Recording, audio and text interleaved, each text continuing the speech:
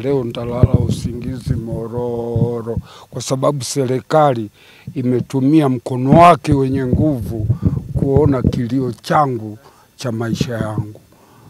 Lile nililokuwa na dream toka nikiwa mdogo linaelekea kwenda kutimia.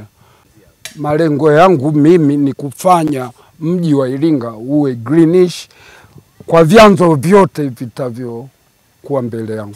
Kisima ni chanzo cha kufanyia hiyo ndoto itimie, kwa sababu bila maji huwezi kupata chochote. Maji ndio uhai.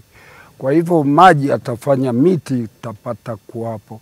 Ndoto ni kuwa na miti dunia nzima ikiwezekana, lakini tutaanza na Tanzania. Ujue kwa muda uliotumika makosa mengi yameweza kujionyesha na njia za kuyakwepa makosa zimeonekana. Kwa hivyo sitakuwa yule tena, nitakuwa mwingine na nitafanya vizuri naamini. Namshukuru Mungu na washukuru pia viongozi wa nchi na watendaji wote kwa nafasi zote wanaowezesha jambo hili lifanikiwe. Kwa majina naitwa John Saimora, ni mtaalamu wa maji, kitengo cha utafiti wa maji chini ya ardhi.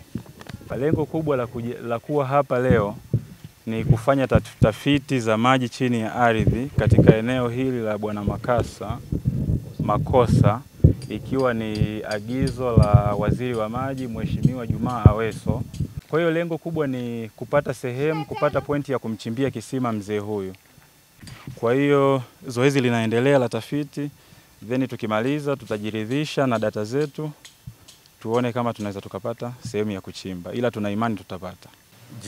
Unapofanya geophysical survey, utafiti wa maji chini ya ardhi, ndani ya kilomita 50 kutoka sehemu ya kuoperate kwa maana ya office kuu, huwa ni milioni 1.5, sawa, kwa site moja unayofanya. Wa muktadha wa swala hili la mzee Makosa, ni kwamba serikali inamsaidia ili aweze kutekeleza kile ambacho amekipanga, na kwa sababu pia ni uanzishaji wa vitalu vya miti. Hii pia ni advantage pia kwetu kama taasisi ya usimamizi wa maji.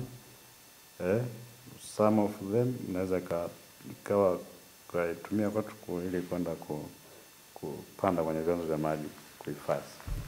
Kwa hiyo hii inakuja kama ni msaada wa serikali kumsaidia atimize malengo yake. Kwa hiyo hatuna charges zote ambazo tumemcharge